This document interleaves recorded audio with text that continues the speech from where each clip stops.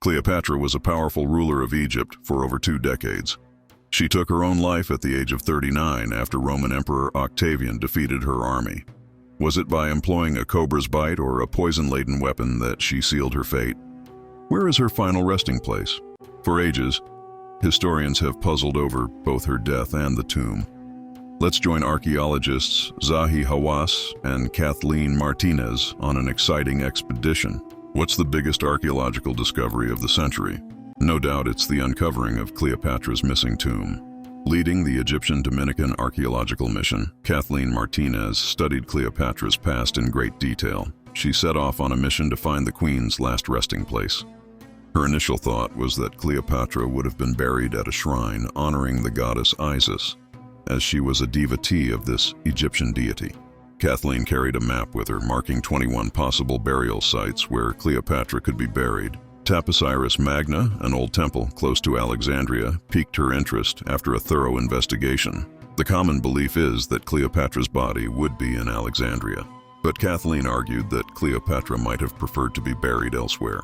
It is believed that following their loss at the hands of the Roman Emperor Octavian, Cleopatra and her lover, Mark Antony, committed suicide. After this tragic event, Kathleen claims that the bodies of Mark Antony and Cleopatra were removed from the city and brought to a secret religious temple. This temple might be the Ptolemaic ruins of Taposiris Magna, which is situated 50 kilometers west of Alexandria.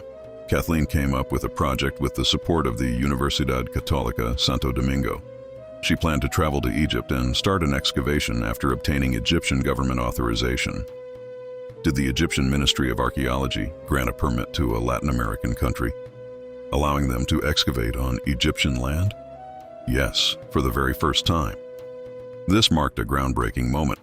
In 2004, excavations began at the site, primarily funded by Kathleen herself.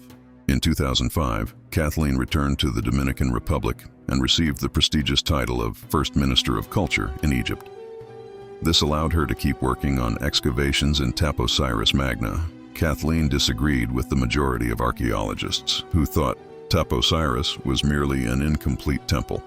She believed that it was in ruins due to previous invasions and earthquakes. She then speculated that maybe the location was simply forgotten over time. As the excavations went on, Kathleen and her team uncovered a lot of information about the site's significant past. At first, they discovered 2 underground chambers just within the walls of the temple. They later came upon a compartment that appeared to have religious significance because its walls were covered in Demotic writing and hieroglyphics. However, the most remarkable finding wasn't made until 2018, over 10 years after they started digging. Kathleen and her team made a thrilling announcement. They uncovered over 800 ancient artifacts and found a vast cemetery. Numerous gold coins depicting the face of Queen Cleopatra were among the treasures. Adding to the excitement, they disclosed the discovery of 15 catacombs, 800 bodies, and 14 mummies. These remarkable discoveries strengthened Kathleen and her team's conviction that they were on the brink of finding Cleopatra's tomb. Following these events, a string of eerie and unsettling findings were made. In 2021, archaeologists unearthed 16 burials nestled within rock-cut tombs, a common practice during the Greco-Roman period. Mummies thought to be about 2,000 years old were found inside these tombs. Although they were in poor condition due to the passage of time, did the mummies truly captivate the team's attention? Not really. What really intrigued them were the unusual objects discovered inside the mouths of each deceased person. Upon closer inspection, the crew discovered something unbelievable. Many of the mummies had genuine gold tongues implanted into their mouths. These mummies were dated to between 300 and 640 before Common Era, according to carbon dating.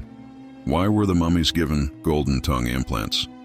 These golden tongues were thought to have some spiritual meaning, possibly connected to communication with Osiris, the Egyptian god of the dead. The team discovered some interesting objects close to the tombs. In addition to the mummies and their golden tongues, these included golden scarab beetles and lotus flowers, as well as pottery, glues, and tar used in embalming. At the site, archaeologists discovered 2 more mummies, one adorned with plaster layers featuring golden depictions of Osiris. When they found scrolls next to the mummies, they started deciphering the texts, hoping to uncover clues about Cleopatra. In November 2022, Kathleen's team made the shocking discovery of an underground tunnel beneath the ancient temple of Taposiris Magna.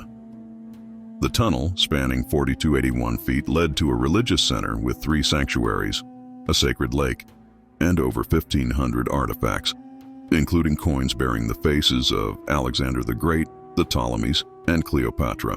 Scholars and Egyptologists were overjoyed with this discovery as they felt it might lead to finally locating Cleopatra's tomb. This tunnel eventually ends up in the Mediterranean Sea, with part of it submerged underwater.